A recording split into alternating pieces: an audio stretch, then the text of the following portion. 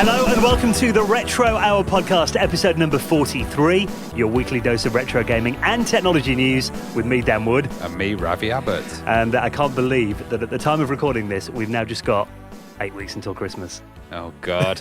Is there anything that you've been thinking about that you want for Christmas, Dan? Well, you know what? A few of the things we're going to be talking about on this week's show, including, was a pretty big announcement from Nintendo. Their new console got announced in the week. Oh, yeah. Might be on my pre-orders list. It's not until March, I don't think, but we'll talk more about that in a bit. And there may be a PlayStation 4 VR set. Oh. Which has been a bit of controversy about this week. So we'll talk more about that in the next few minutes. So if you're making your Christmas list, because that clocks go back this weekend. Oh, God. Then we're definitely into that time of year, aren't we? Yeah. Well, sure. An extra hour in bed. So. That's all nice, isn't it? Yeah. So we're going to talk more about this week's hot news stories in just a minute. And if you're new to the show, first of all, where have you been? 43 episodes in. We have a great back catalogue of guests. And this week on the Retro Hour, we're going to be catching up with Raffael Sekou. Yeah, and he's been in kind of companies that we've never mentioned on this, Microgen. Have you heard of them? Yeah, of course, back in the day. And he stopped with the Video Master Super Scope. I've never even heard of that. That was his first console, wasn't it? Yeah. But then he worked with Hewson. Yeah. We had Rob Hewson on the other day. And Mev Dink as well from Vivid Image. So this is a great connecting guest here. Absolutely. And also, legendary games he's worked on. Exolon, Cybernoid, Stormlord. He had a column in Crash magazine, the biggest Sinclair Spectrum mag back in the day. We're having a bit of a Spectrum vibe at the moment, aren't we, Dan? And also, he used to sneak boobies into his video games. Oh, naughty things in the games, right? So we're going to catch up with Raffael Sekou on the Retro Hour in the next half an hour. Now, every week on the show, we always give a massive big up to our very generous donators who've contributed to the running costs of the Retro Hour. Yeah, they've just gone on the retrohour.com and clicked donate. And this week, got to say a massive thank you to Stephen Marshall, Colin Reed, and Soren Legard, who've all made very generous donations to the podcast. Thank you so much, guys. That's really, really appreciated. And of course, if you ever want to leave a little tip, theretrohour.com. And thank you for your iTunes reviews as well. We've posted some really nice ones that we've had on Facebook. And, this kind of stuff makes it worth it. Oh, yeah. Just doing this, and sometimes it's a stress getting guests, and sometimes it's hard to get in. But you know what? It's all worth it when you post really amazing stuff like that. Thanks, guys. And Ravi gets in hot water off his girlfriend for, leaving her to come in the studio. Yep. It's a welcome break, isn't it? Yeah. You could be out doing worse things. Come on. So let's get into this week's stories then. Now, we did mention, of course, I know it's not technically retro, but they are the oldest video games company in the world, so everyone's and interested. it is a direction into the retro compared to the other ones, I think, with the design of it. We are talking about the Nintendo Switch, Nintendo's newest console. What are your thoughts then? What do you think? I think that in a few years, CEX is going to be full of broken bits of Nintendo Switches, all the different elements. There's a lot of bits that can break on there, but hopefully their build quality will be high. I think with the third-party support as well, that they've released a list of all the companies they've got on there. Mm-hmm. They haven't had this many third-party companies since the GameCube. This is big. It is. I mean, the trailer came out earlier on this week, and apparently, is it Tegra 4 chipset I think it's based on? I think so. Yeah. So I think power, in terms of raw power, they reckon it's not even going to be as powerful as an Xbox One or a PS4 currently. But again, for Nintendo consoles, they don't really go for that kind of raw power kind of thing, do they? It's more the experience and really, at the moment, you buy a Nintendo console for their first-party releases, don't you? And looking at that trailer, I'll tell you what I thought was really cool about it. I saw a little bit of a change in direction. Did you notice watching it that everyone in that was like in the 20s and 30s? Oh, yeah. Young and cool and hip. But usually there's like little toddlers in their adverts. Now they're going for people in who've got jobs, who are older, a more like mature audience. Well, if you think about it, the market that has took all of Nintendo's casual gamers has been the tablet or the mobile market. This looks like a tablet and it supports that stuff. So games like Fruit Ninja and all of this kind of stuff, I can imagine, are going to come on this and all these big Android titles. And that's just going to boost the Nintendo. Because before it was a choice like, oh, do I get a DS and stick in the Nintendo universe? Or do I get an Android phone and get all of them, And so hopefully now you'll have all these casual games in one kind of nice device. I've heard that you probably can get that as well. I mean, there are rumours that maybe some kind of Android stuff will be on there as well. But also what I think, the fact you look at the games they were playing on in the trailer they put out, and it was like NBA and Skyrim was in there as well. Yeah. It wasn't all your Angry Birds and all that kind of thing. So it seems like they're actually kind of returning a bit to kind of appealing to like proper gamers, not, Before the Wii was for like grandma and like 6-year-old Billy, wasn't it? That's what I mean about the GameCube as well, because the GameCube had some, serious games in there. It looked like a kid's toy, but Yeah, it looked totally like a kid's toy, but this also looks totally like a kid's toy, to be honest. I mean, it with those things that you stick on the side, it does look, it's not like your sensible, sexy tablet. It's like a bit of a chunky Nintendo item, but... It looks a bit weird, I think. You look in the trailer and like it. If you haven't watched it, it is basically like a tablet that you can pull the sides of the controller off, and you can flip them around, and two people can actually play in one console using each. Like one person's got the D-pad and one's got the analog stick. Yeah, it's strange. I'm just wondering as well: is it touchscreen or not? Are they just gonna totally use it as a display surface? I think it is touchscreen. I think it's actually, better than the Wii U one. That wasn't, you couldn't do the multi-touch and all that on the Wii U, but I think on this one you can, from what I've seen. But there were actually, I mentioned NBA and Skyrim there. This was actually a bit naughty of Nintendo, because a couple of days later, Bethesda, for example, released a statement saying, we haven't actually confirmed Skyrim for it. We just worked with Nintendo on the trailer. Ah, right, so okay. A lot of the games they were showing in the trailer are not actually confirmed for it. I thought you meant Nintendo had just ported it. Like, who cares? But no, it was more like they said we were happy to work with Nintendo on the trailer, but at this time we've got no plans to develop anything for it. So a few companies have said that who appeared in the trailer, which is a bit misleading. Because we heard ages ago that all the dev kits have been sent out to all the companies for the new NX. So they'd obviously been hitting the right targets, but we'll see.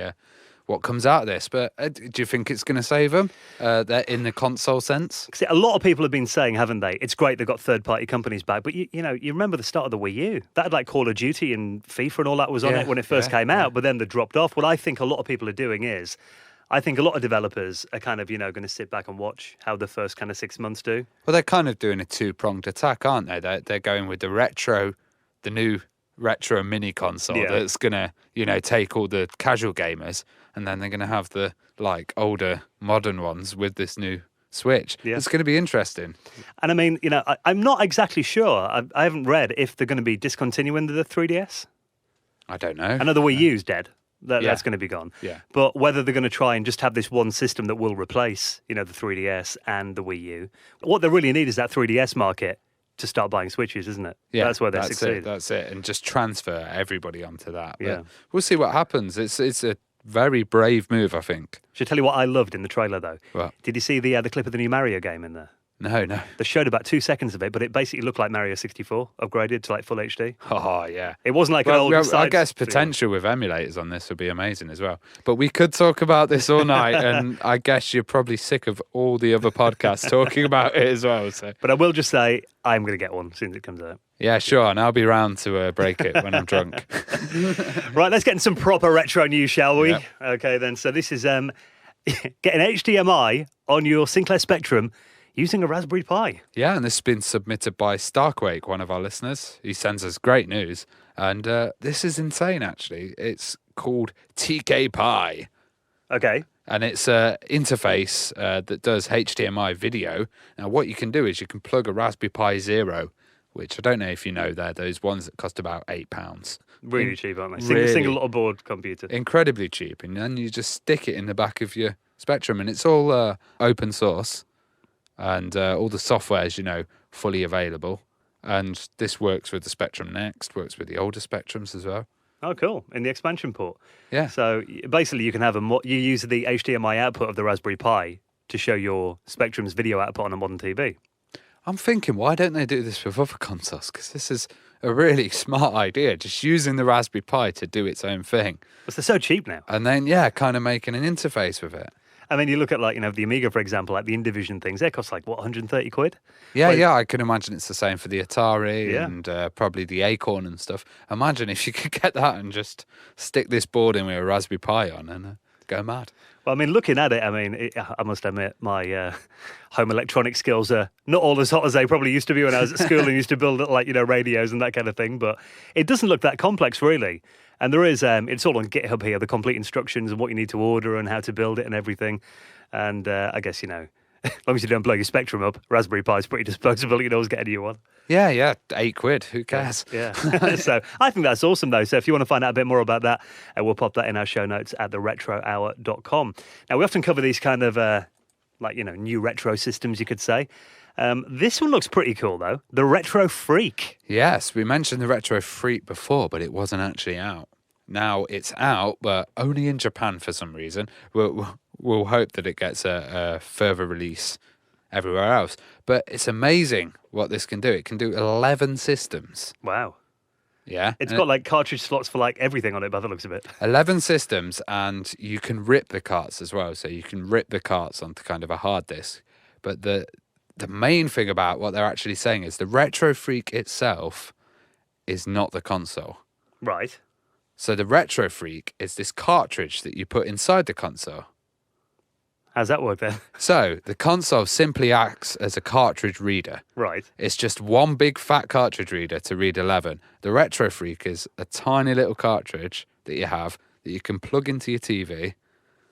You can plug your controllers in and just do HDMI out of that. So it's this little cartridge. That's the actual brains of the operation. I guess it's all just housed on one chip then, is it? Yeah. Okay. And the rest of it's dumb. It's just a dumb unit that receives cartridges. And then just rips them when you put them in. Yeah. But it means you can basically get all your old school games ripped onto this thing, pick it in your pocket, put it in your pocket, go around your mate's house, hook it up to his TV, and it's the size of a SNES cartridge. Yeah. I bought 11 systems with me. What? Yeah. But I mean, there are other ones like the Retron 5, for example, but this looks a lot smaller and a lot more compact. And it's even got, I think it's like USB on the front there, but they are saying there are adapters to plug your original controllers in, or you can use an Xbox controller, for example. Yeah. And it's, no pirating as well, because what you're actually doing is you're ripping off the game. Mm-hmm. Off the cartridge. Off the cartridge, yeah. So, it's a legal way to obtain games and you can walk around with them. It's amazing. Although it does say here on geek.com that, you can actually just download stuff and put it on a micro SD card, not that we recommend that or anything, but I'm sure it is possible. Yeah, there is a slot there. But it looks pretty cheap as well. I mean, the guy who wrote this article for geek.com, he said it was $150 he bought it. You have to, got it when he was out in Japan, but there are websites that will import it to all around the world. The question is as well, the compatibility. Let's hope this is a bit more compatible than the Retron. Yeah, because I know that some people reported glitches and all that kind of stuff. Yeah, there was a few issues, and with 11 systems, man, that's going to be... It's a lot of testing, isn't it? Yeah, definitely. So, if you are thinking of Christmas present ideas, that might be a nice little stocking filler this year.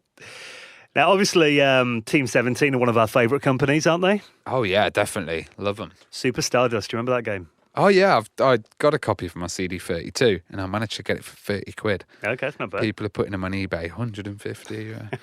But it was kind of like, it was just an upgraded Asteroids game, really, wasn't it? It was, but then there was tunneled sections. This is the thing. This is the most annoying thing about Super Stardust, that they basically had the best sections. You had to get through about 6 levels to get to it. Yeah. And it lasted 10 minutes. And the rest of it was just Asteroids clone, Well, Ravi, you're in luck. Ooh. Because Super Stardust has been ported to the Commodore 64.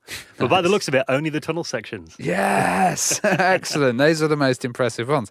What, on the C64? Yeah, so Wow. there's actually just a demo of it running at the moment. And it looks pretty cool. The scrolling and all that kind of stuff set. Obviously, there's not as many colours as on, an AGA chipset Amiga, for example.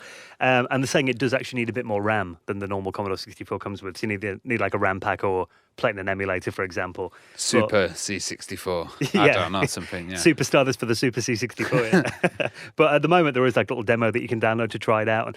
And apparently it's... this section of it is up and running pretty nicely. Well, that tunnel section really reminds me of Wipeout. Yeah, that's like a really early version of Wipeout for me. It's Wipeout was about 2 years after that, wasn't it? Yeah. So it's cool that we have kind of covered a few of these ports of more advanced games onto the 8-bit systems recently, but it's been a lot of Spectrum ones recently. But it's nice to see a bit of Commodore love in there as well. Yeah, definitely. Obviously, a few months ago on the Retro Hour, back at the start of the summer, we were talking about the BBC Micro, the Micro Bit, that mini little ARM-based machine that the BBC had released. Yeah, I think it was about £4 as well each machine. Well, it's been massively successful in the UK.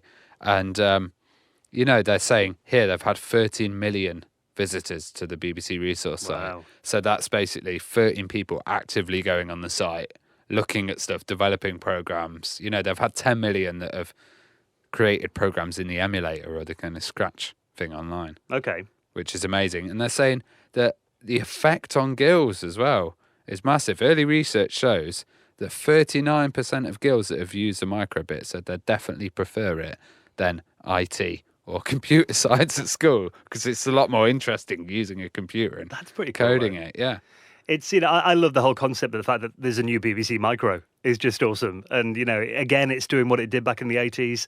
It's this kind of project to get kids interested in coding and making software. And Yeah, and how stuff works, kind of learning how things work. And the people involved are, Arm, Microsoft, Yeah. Nominet, Samsung, BBC, all these massive companies. So this is going to go global now after its UK success. So hopefully microbits will start going into Iceland, Singapore, Norway, US cities. Okay, cool. Yeah. Well, that's awesome. 'Cause, obviously the Raspberry Pi's out there. But again, I heard the BBC, they're giving these out to schools, weren't they, for free? Yeah. And this is kind of, it's not like a Pi where you can just load Kodi and watch loads of movies on it. It's more of a kind I'm sure of... someone will find a way. Yeah, it's more kind of a coding machine with Python and stuff like that, Yeah, so it's cool that more people are going to get their hands on it. I haven't got one yet. So No, I haven't. We need to go and rob a school or something. Yeah, I could just order off the website. yeah. that would make more sense. You can take the boy out of Nottingham. We'll probably get the old BBC micros. Now, I did talk about this little bit of scandal that's been doing the rounds with Game during the week and the PlayStation VR. Have you heard about this? Yeah, I saw a little article posted, Joe. So this is obviously the new PlayStation VR's come out. And a lot of people, it's going to be the hot seller this Christmas, isn't it? Apparently, if you go into Game and you want to try it out for half an hour, it'll cost you 15 quid.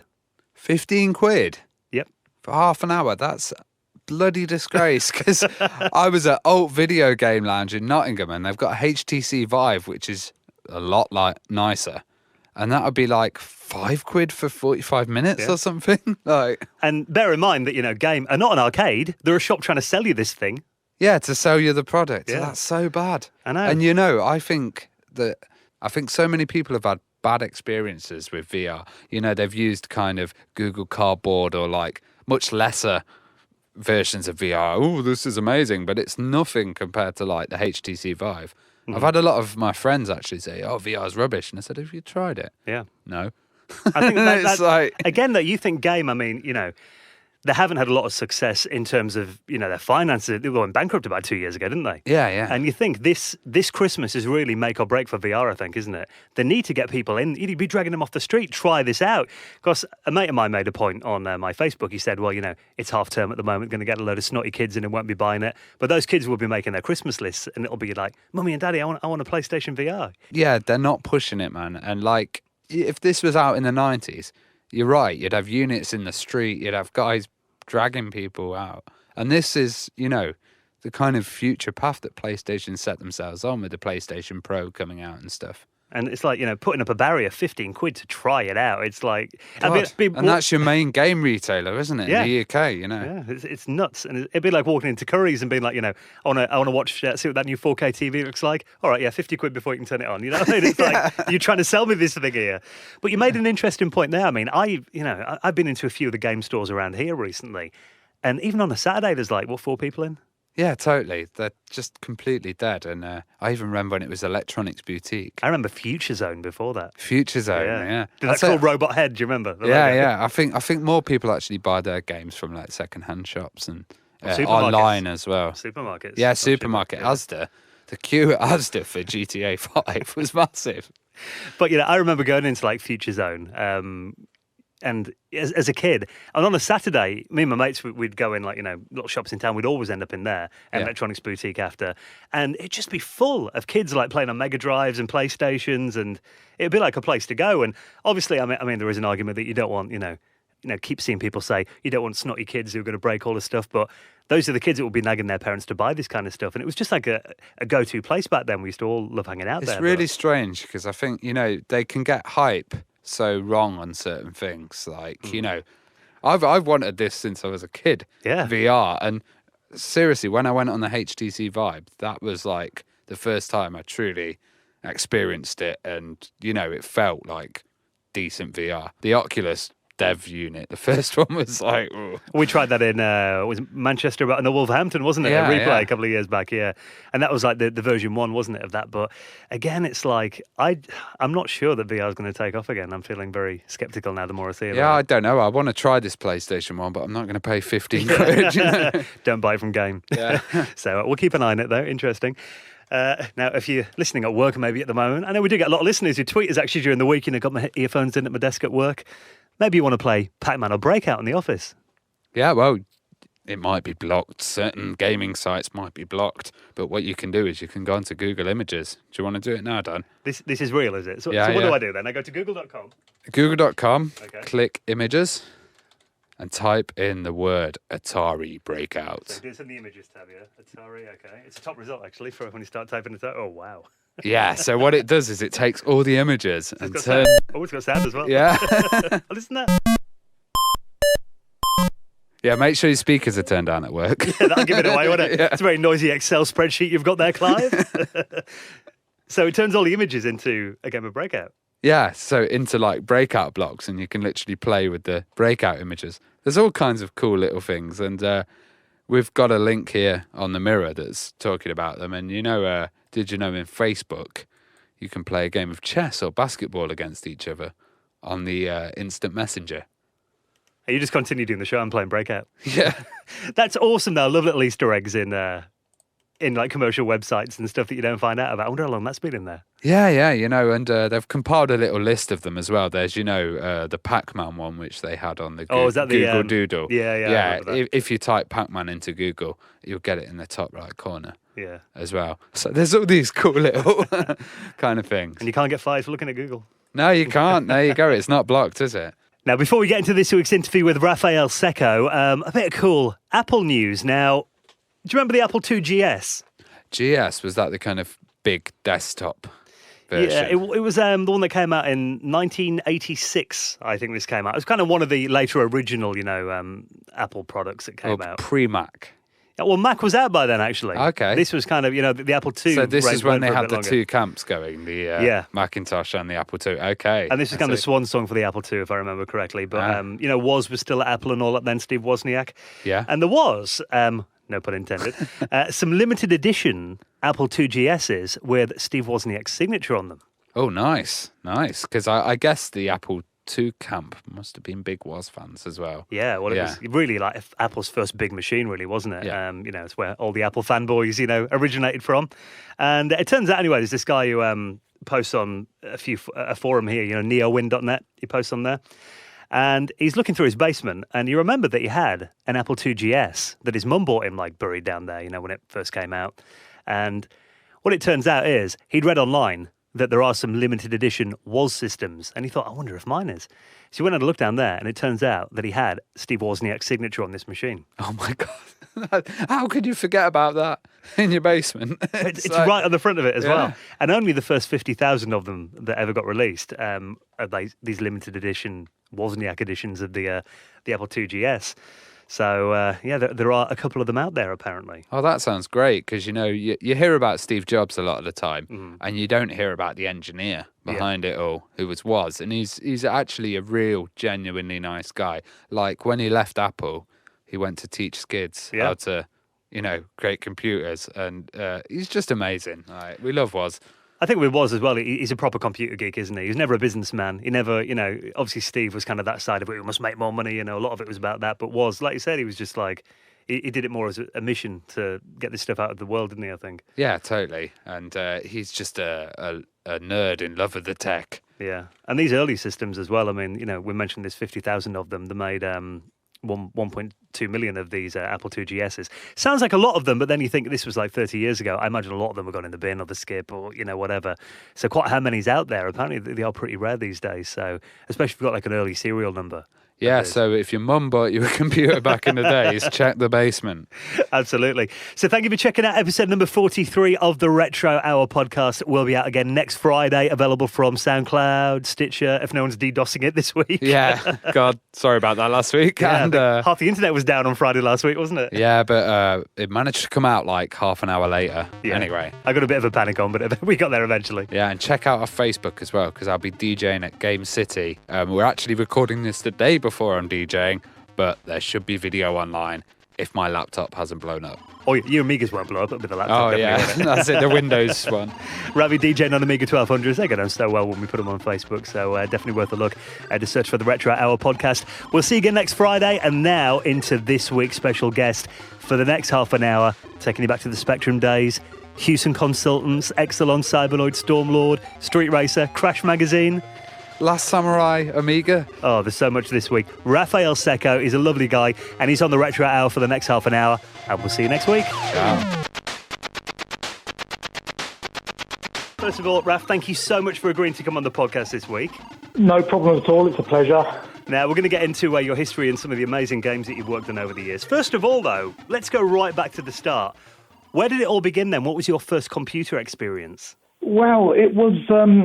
in those days, people used to rent television sets. I don't know if you remember people doing that from places like Radio Rentals, but my dad came home one day with a new TV, which we'd rented, and they'd bundled with it, it was called a Video Master Super Score, which was basically like a Pong variant where you could play football and very simple games like that. And it kind of developed from there. So I eventually took this thing apart, as kids do, and saw the microchips inside. I thought, what the hell are these black things with legs? What do they do? And my interest grew from that. And we eventually got an Atari VCS, a ColecoVision, a Mattel Intellivision. We had everything at home. We had all the consoles over the years. And eventually I got my first computer, which was a ZX81. I learned how to program in BASIC on that, and that kind of developed into the Spectrum, which I got hold of a bit later. And that's when things really took off. I taught myself how to program properly in machine code and so on, and it all started from that. I'm glad it wasn't just me that was that kid that used to take everything to bits. I did, like the video recorder came to bits. And... No, I used to dismantle absolutely everything, toys and everything, and it's really annoying now when I see things like... I don't know, the Corgi James Bond card worth quite a bit of money now. Might just smash to smithereens somewhere, Yeah, so what were your kind of favourite arcade games then on your Super Score? Well, the only thing that was on that was Pong and variations of Pong, really. There wasn't really much going on the Video Master Super Score, but certainly at school I was playing a lot of games in the arcades. At lunchtime and sometimes not at lunchtime, Phoenix, Defender, Galaxia, and all those kind of classic arcade games. Yeah, Phoenix was brilliant. I think a very underrated Phoenix, but a lot of people kind of mention it, that we talk to in their memories. Yeah, it's one of those ones that you don't see mentioned that often, but I really enjoyed it. I just all the birds that were flying around and the big mothership at the end. It was a really nice, colourful game. I really enjoyed playing that one. I think it was kind of the first time I'd ever seen like an end boss in a game as well. Yeah, well, in a way it was really, wasn't it? Yeah, and it was actually a fairly elaborate end boss for such an early game. It was quite unusual in that respect, certainly. So how did you get into coding and making your own games then? How did that develop? Well, that was mostly playing around on the Spectrum where I taught myself machine code. And I was doing my A-levels at the time, but I was just fed up with school and I wanted to leave, basically. And I thought, well, the only way I can have an excuse for leaving is to actually find a job. So I sent off some demos, just some sprites flying around and things like that I'd been working on. Sent them off to a few companies and I got a reply back from Microgen, who did all the Wally games, Pyjama Rama and so on. And they thought I was good enough for them to give me a job on with 4,250 quid a year from what I remember. It wasn't very much money, but I was thrilled to be working in the games industry. I think this is the first time we've heard Microgem mentioned on this podcast. Were they kind of a big company at the time? Or? No, not really. There was only about 3 or 4 of them when I in the programming section anyway. And they were based up above a news agent somewhere in Surrey. And it was a very small company. They also had a shop that sold computer games as well. But the programming side was really quite small. But they had a very, very good team. The guys that were there were really very good. And were they mainly releasing for the Spectrum? Yeah, it was for the Spectrum. And later on, they did the Amstrad versions as well. and the Commodore 64, of course. Well, you mentioned you started working there when you were still doing your A-levels. I mean, was that kind of a difficult decision? Were your parents supportive of your choice? Yeah, well, they were happy that I'd found something that I wanted to do, and I'd been offered a job. Bearing in mind I was only 17 at the time, so it kind of beat working in a supermarket or my dad's cafe. So it was a bit of a no-brainer, really. I accepted it, and they were quite happy to see me do it, really. In that era, though, I mean, was working in the video games industry, was that kind of seen as a proper job, or did not many people understand it then? No, it wasn't seen as a proper job at all. I mean, I remember meeting up with some friends and family, and someone asked me, what do I do for a living? And I said, well, I create video games. And they said, is that legal? I don't think they had any idea. I don't know what they think I was actually doing, but no, there was a lot of ignorance in those days. They had no real idea what was involved or where these things came from at all. They've been watching war games or something, probably. I think it was all based around that sort of thing, and people playing video games and becoming violent and all this kind of stuff. And I guess there was not that much money going around in that industry at that time. No, well, certainly not going into my pocket, that's for sure. Some people were making money at the time, but it wasn't me.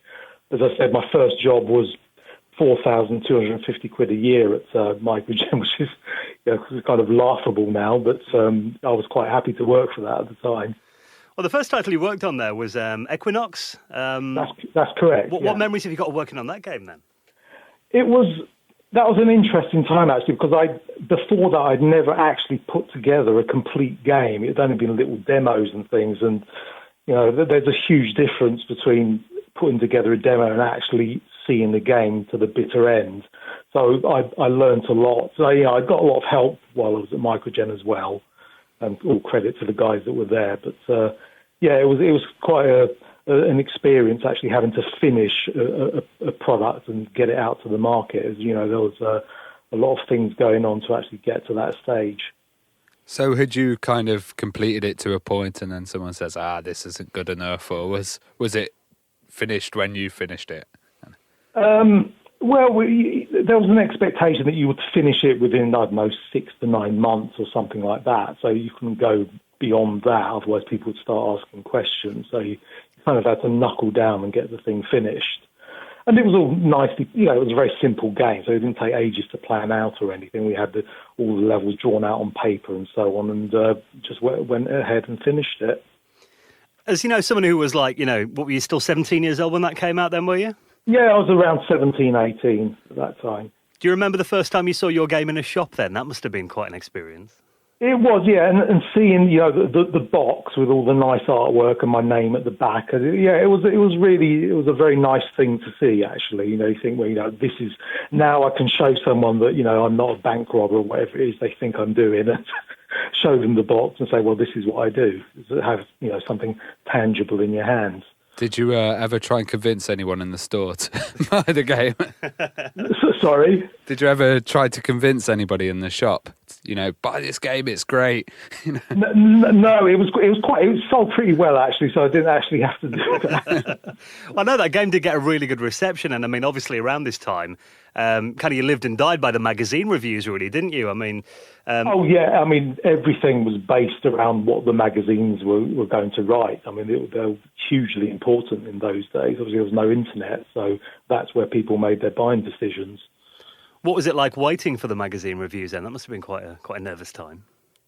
Yeah, it was. I mean, your heart would be thumping when you walked into the newsagents and picked up the magazine. You knew that the review was in there, and you quickly flipped through to the page, and you thought, "Oh, thank God, it's a good review." It was, it was crucially important and quite nerve-wracking. Kind of like a theatre performance at the end, where they're like, "The reviews are in." It must have been like that. Yeah, exactly the same. I can only imagine it's exactly the same as that. Yes. Just looking straight for that score at the end first. Yeah, you skip through everything and go straight to the score.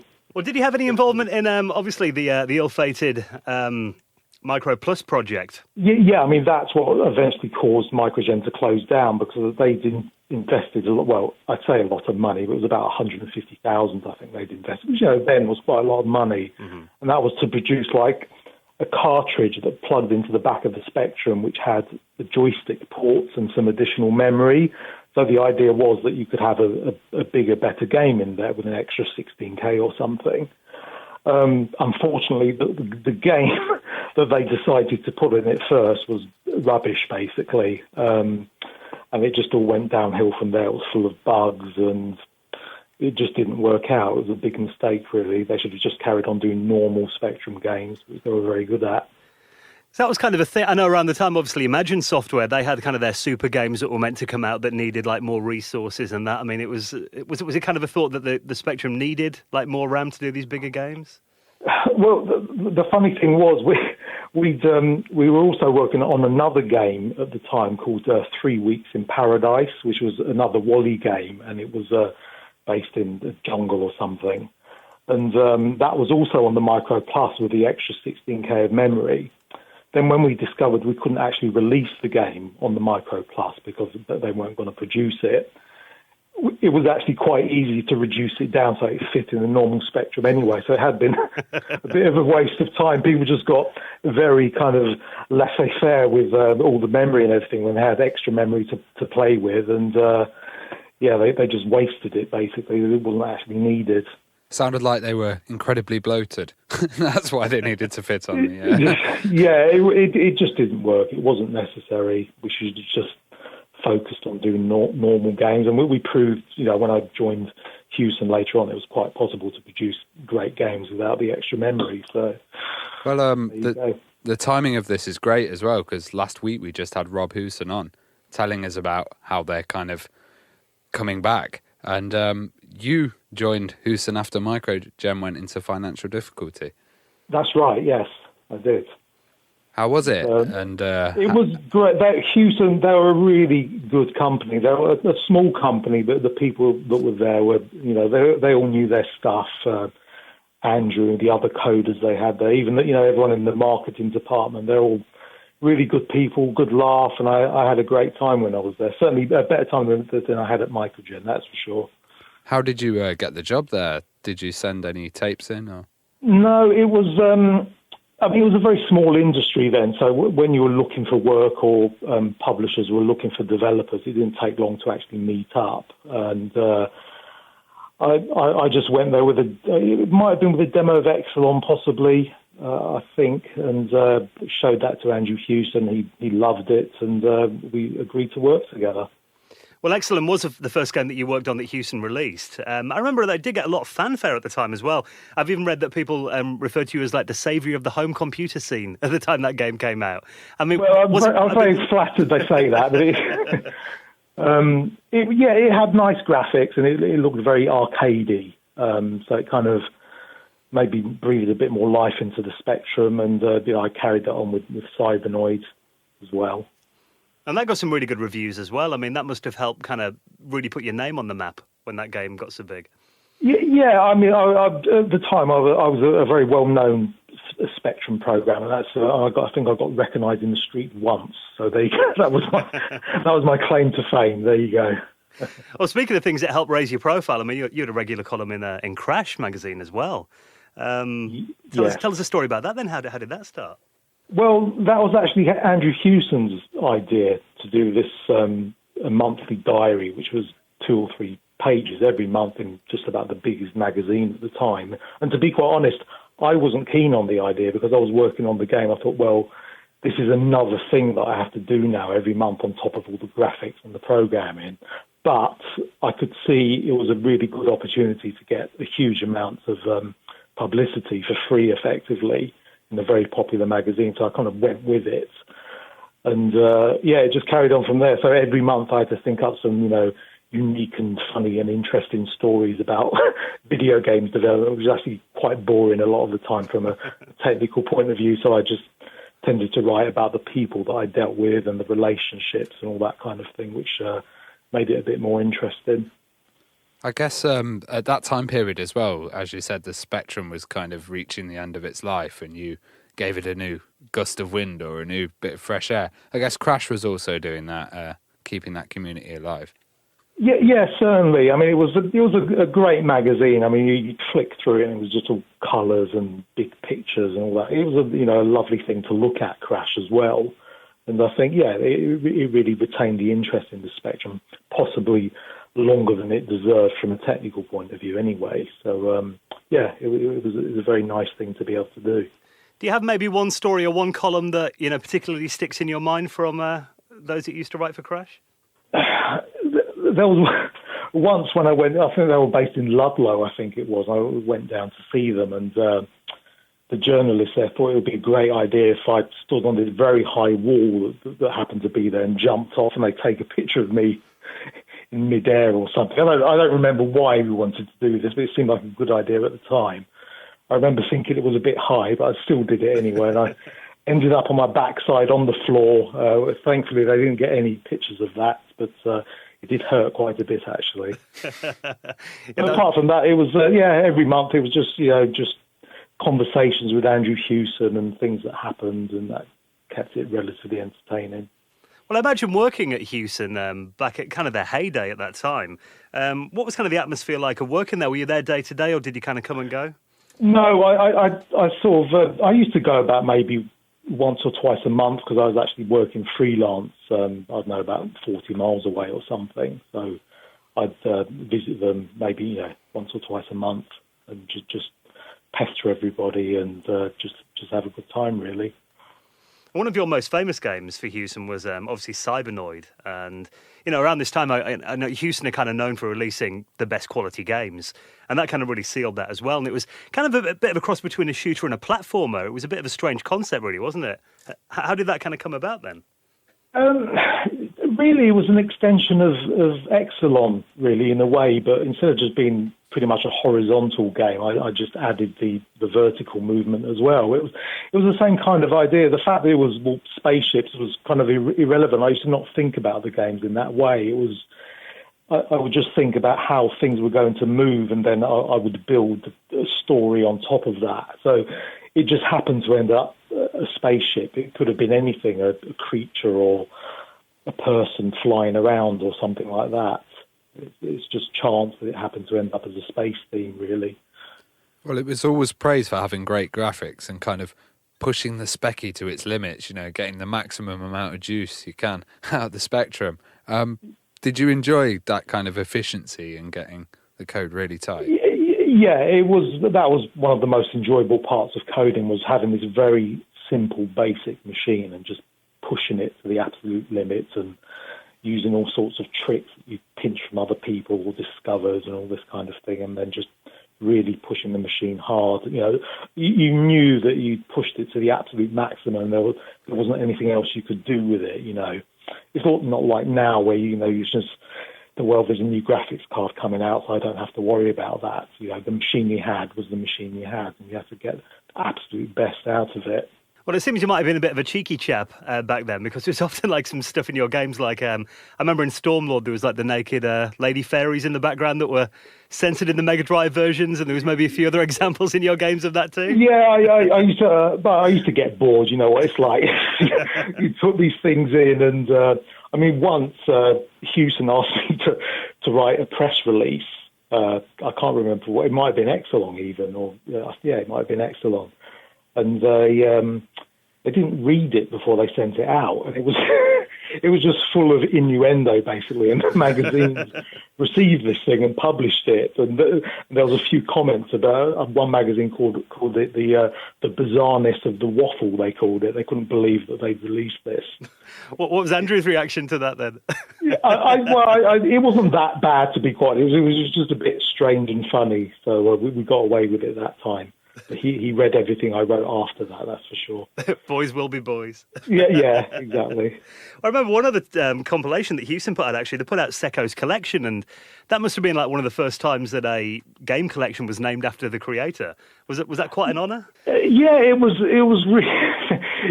really strange seeing a box like that with my surname as the kind of in the main title, But it kind of made sense because Hewson has been very good at the PR with releasing the games and pushing my name along with the games to give a bit of personality to them. So it certainly made sense to do that at the end. They all credit to Houston. They really knew their stuff in terms of generating interest and a lot of PR, definitely. Well, they ran into financial difficulties around 1991, and your last game was Stormlord 2. Was it sad ending your relationship with them, and did you enjoy making Stormlord? Yeah, I did. It was I'd never really had any issues with Houston's at all. They were a great bunch to work with, and it was sad when they had to close down. Well, they did kind of reopen virtually the next day under 21st Century, I think it was at the time. But unfortunately, I'd kind of moved on by then, and that's when I went to work at Vivid Image. Did you never have any plans to, did they make no offer for you to come to 21st Century Entertainment then, or was it never on the cards? No, it didn't pan out like that. And I think what was it, pinball games that they started doing or something, which really wasn't my thing. We kind of drifted apart in terms of what we wanted to work on, I think. So I didn't want to work on pinball games. That's why I ended up going elsewhere, I think. And of course, that was the period that it was kind of changing to 16-bit. Around then, from 8. Yeah, absolutely. It was a transitional period at the time, and all the coders were looking towards the Atari ST and the Amiga and so on. I mean, I did one more Spectrum game at Vivid Image, a game called Time Machine, which was actually a brilliantly designed little game, actually. But after that, it was all 16-bit. So how did you join Vivid then? What was the story there? I don't remember exactly how we met up, to be quite honest, but again, it was a small industry, so coders and publishers and developers, they would invariably meet up at some point if they knew that, you were looking for work or something. So I don't remember exactly how we ended up meeting up, but we did, and we struck up a working relationship. Well, obviously at Vivid, you got to work with Nev Dink. Yes. That must have been quite exciting. It was, yeah. I mean, Mev's a grab. Obviously, I'm working with him again now. Yeah. He's we love Mev. He's quite a character, Mev, but it's always been a hell of a lot of fun working with him. Loads of ideas, too many ideas sometimes. Loads of enthusiasm. Obviously, we're working together now, and it's like nothing's changed, really. It's the same old people getting excited about things again. What was kind of the working atmosphere like at Vivid then? Did you guys was it kind of play hard, party hard, or was it long hours? What was it like? It was always, to be quite honest, there wasn't much partying at Vivid that I can remember, to be quite honest. But it was working hard. I didn't work in-house. Again, I was freelance, and I would visit their offices in Harrow, 2 or 3 times a month, and work there sometimes. But I was mostly at home anyway. Well, one of your big projects was the legendary First Samurai, and that was on the new Commodore Amiga. What did you think of the machines when you started using them? I'll admit, it was wonderful. After coming from the Spectrum, which was a great little machine, but to have all the extra colours and the memory and the lovely processor and all that kind of thing, it was a real luxury to be able to program a machine like that. And it was way ahead of its time, the Amiga. Really great machine. I absolutely loved working on it. Well, being a Spectrum fan before that, was it a bit of a difficult step using a Commodore machine? That must have felt a bit dirty. No, I was never very tribal like that. I mean, I really rated the Commodore 64 as well, but my good friend Nick Jones, he used to do all the Commodore 64 conversions of my game, so I never really got the chance to program that machine, but it was a very good machine as well. Yeah. I'd work on anything. Whatever was exciting and new, I was quite happy to work on. Yeah, it must have been mind-blowing with the palette choices and stuff afterwards. 4,096 colours if you were clever. Yeah, it was brilliant. Yeah, and we got that lovely gradient sky effect. It's amazing things that you used to be proud of in those days, but it was great. Yeah, lovely machine, way ahead of its time. And obviously around then the consoles, we had the Super Nintendo and the Sega Mega Drive as well. Did you kind of have an interest in those? Because I know a lot of your games came out on those systems as well. Did you? Great. Again, I personally worked on the Sega Mega Drive.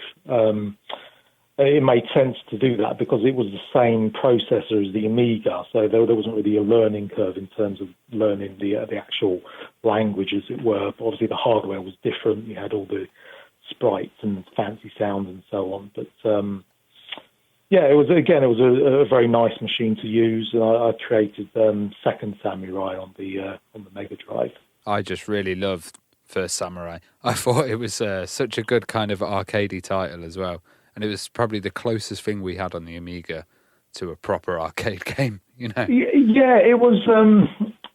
again, I mean, you could probably see the influence from, other games that I'd done in the past, like Exolon. It was, a bit platformy, but there was a lot of different elements in it. I mean, you had all the huge levels that you had to explore and bosses, and obviously we went crazy with the sound. This was another thing where I put these samples in just as a joke, if you remember the Hallelujah chorus and all that stuff. It just ended up staying in. You didn't worry about things too much in those days. It just stayed in. It was, people would have a bit of a laugh. Although now when I play the videos on YouTube and watch it, I think, oh my God, it's almost unbearable because it keeps doing it. But it was fun at the time, certainly. The way you move through the levels as well was really interesting. It wasn't just your kind of platformers, there was different bits underneath and on top. It was just a nice way of playing. Yeah, they were really, really big levels, actually, possibly even too big. They were really quite sprawling, and you could dig down with your sword and visit all the caverns and things, and you would obviously climb, and so you could go absolutely everywhere. And, it would take quite a while to actually finish the levels because they were so big. Well, you made an interesting point there about the fact that you could kind of sneak these, samples in and do that kind of thing. I imagine, in the games industry after that, when we got into the mid-90s, you started getting these big teams where it'd be like 50 people working on a game or even bigger. This must have been kind of like the last era where it was just a couple of guys that you could get a game out with. Yeah, I think it was. Obviously you have all the little indie studios now that are doing things, with a very small team. So that's kind of come back to a certain extent. But it certainly did stop once you started getting into the kind of the console era and beyond, into the PlayStation and so on. It was completely changed, and it was bigger and bigger teams, and you kind of became a much smaller cog in the whole process of actually making the games. Yeah, it kind of loses that little personality. It's, these little cheeky pieces that everyone has in their games. Yeah, it's, you still try and sneak things in where you can, whatever you can get away with. You have to be very careful with things like copyright and all that kind of thing now. So you don't want to get litigated against, just for stealing a little sample or something like that. So I think everybody did that in the Amiga. They all stole each other's samples. Yeah, once they could play samples, you had to have samples. Well, obviously, around that time, one of your most, I'd say polished titles that came out then was the incredible Street Racer, which, we regard as better than Mario Kart. We love that game. And the multiplayer elements of that game as well was amazing. What was the development process of that then, and what involvement did you have on that? Well, to be clear with that, I was actually involved in the design of that game in the initial stages. I drew up all the characters and a lot of the moves and things like that, but it was actually Chris and Tony West who actually programmed that game, and it was Chris West who did all the coding for the 4-player split screen. And he did an amazing job because I know the Super Mario Kart was actually using a DSP chip, I think, to actually do that kind of stuff, and we didn't have one. And obviously the publishers were very happy because it meant it was cheaper to manufacture. Did you get a lot of comparisons against Mario Kart, I imagine, then? Yeah, I think we did, and I think when Mev was doing the PR for that, they had people at Nintendo gathering around having a look, saying, no extra chips in this cartridge. They were wondering how we did it. So, it was a really technically very impressive game. Well, after this period, obviously you mentioned the PlayStation coming along, and kind of that did change quite a lot. Do you remember the first time you saw PlayStation? Yes, I think we got the early development kits and we saw some of the demos and things like that. Obviously, everything had gone from 2D to 3D, which was like it was a massive sea change. That it was much bigger than going from 8-bit to 16-bit because you have to think about things in completely different ways. And all of a sudden, you have to know a bit more about mathematics and this kind of thing. So it was yeah, it was incredibly different seeing games presented in a 3D way. It's a bit strange, isn't it? Because if you look at those early PlayStation games, I think they've actually aged worse than like the Amiga games and the Mega Drive games. Yeah, I mean, I think it's because you kind of had this kind of exponential improvement in the graphics, certainly in 3D, whereas 2D games kind of got to a certain point and they stayed there. But certainly the 3D, you know, every couple of years it was just so much better looking, and it was probably why early 3D games look pretty awful now. As a developer then, that must have been, you know, you think of that late 80s to kind of mid-90s era, stuff was changing like every 2 years. You got a massive new generational leap, didn't you? Was it hard to keep up with it? The biggest change was, as I said, was going from 2D to 3D, because that was, everything was alien. You know, it was all trigonometry and matrices and all this kind of mathematics stuff that you kind of dabbled with it a bit when you were doing 2D games, but 3D, there was no choice. You had to do it. And then also creating all the art was completely different. Before you were just, you know, it was just pixels, but then you were having to model things in triangles and polygons, and it was just completely different. Those extra dimensions make yeah, it really literally an confusing, extra dimension to the to development. Yeah, certainly. Well, you're working with Mev Dink again these days then, aren't you? Yes, I am working with Mev Dink again. Tell us about this then. Well, we met up about 2.5 years ago when Mev was visiting from abroad, because he'd been in Turkey for years, and he'd basically kicked off the games industry there, which is, you know, quite a bustling big industry there now. And he came to London, he was visiting, he said, you know, do you want to meet up? And we just started talking about remaking First Samurai. The time wasn't right then, because I was working on other things and we just couldn't sort out the timing. But then Mev, he'd been in Barcelona for a while as well, and he came back to London, you know, about 6 months ago, and said, well, I'm back in the UK now, there's no excuses. So we've just basically got together again. We've started a new startup company, Pixel Age Studios, and we're remaking First Samurai. It's going to be called Super Samurai. What's it like, though, like getting the team back together? That must be amazing. It's exactly the same, apart from the fact people are kind of heavier and have less hair and things like that. But it's the same. It's incredible, actually. It's just the same enthusiasm, the same arguments, and wanting to throttle each other over the most pathetic little things. And yeah, it's exactly the same. It's quite weird. I'm glad that we've all got that energy still. Which is the main thing, and that energy and enthusiasm for creating games again, which is great. Does people's interest in like your old titles still like amaze you, the fact that people are still talking about work that you did like 20 or 30 years ago? Yeah, it does, and it's sometimes I almost feel guilty that I'm not as enthusiastic about it as other people are, because you kind of move on to other things. But it's great, and it's incredibly flattering to have people say that they loved playing your games and it was all part of their childhood. And you think, well, yeah, that's brilliant. That's a very nice thing to hear. So tell us about the new version of First Samurai then. What can we expect from this then? It's, amazing graphics, of course. There'll be a lot of humour in there, certainly where we can fit it in, because we think things have got far too serious in places. But fantastic music. We've got Alistair Brimble actually doing our music soundtrack for us as well. Oh, excellent. Very famous games music composer. He was our first guest on this podcast 43 really? episodes ago, yeah. Yeah, and he was very enthusiastic as well. And we're just expanding on the original concept, so there's going to be more magic and more different moves and just all the kind of things that we would have wanted to put in the Amiga version but couldn't do at the time. It's going to look very, very high-end and modern and 3D, of course, but we're still going to try and retain the kind of immediacy and simplicity of the gameplay, certainly in the outset when you start playing the game. But obviously that will develop into a big, sprawling action-adventure.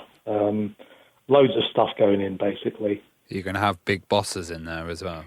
Yeah, well, we have to have bosses. There's no escape from the bosses, and they'll certainly be an integral part of the game. definitely. It's crazy because, you play like First Samurai and stuff again now. And as a kid, like, I could play it no problem. I find it so hard now. It's like, whether my reflexes have slowed down or what, I'm not sure. Oh, it's the same here. I play the odd game on the emulator sometimes, and I just can't play. My reaction times are measured in whole seconds now, so yeah, I'm not very good at them anymore. I've got a daughter, and she loves games, so I still play things like Gang Beasts and things like that with her. But I wouldn't say I was a hardcore gamer, because I just can't be a hardcore gamer. I just don't have the reaction times now. It's that level of concentration and focus you need that's really hard. Yeah, absolutely. Yeah. Stick to making them instead. Well, yeah, I mean, that's the main thing. Yeah, I can play them a bit. I'm not brilliant, but yeah, the main thing is making them and having fun doing it. Have you had a nice reaction then from people now they hear that First Samurai and Street Racer are coming back then? You must have had some good feedback. I mean, we haven't really started the main PR push yet. We've got our Kickstarter campaign starting very, very soon, and that's when things will really kick off. Mev's circling the wagons as we speak, getting things ready, and yeah, it's going to look great, and we're going to have a great video so people will be able to see some of the things that are going to be in there, and music and all sorts. So yeah, it's very exciting. Well, as soon as that Kickstarter begins, do let us know, and we'll obviously give it a big plug on the show. And don't worry, we'll be running after you, telling you about it. Don't worry about that. We'd love to do a little review as well and sit down and have a play. I'm sure that'd be fun. Yeah, any beta copies or anything? Well, Raph, it's been amazing talking to you. Thank you so much for coming on. Brilliant. Thank you. It's been a pleasure talking to you. And I'm glad that, you and Mev are working back together again, and we think it's so cool that we're going to have a chance to play these classic games in, a new generation are going to get to experience them as well. Great. If people want to find out anything more, this is why I get a plug in. If they visit pixelagestudios.com, there's a couple of links there at the moment going to our social media site, so people can check things out as things develop. Excellent. We'll put those links in our show notes on our website as well. Brilliant. Excellent. Well, thank you again, Raph. Been lovely talking to you. Thank you very much.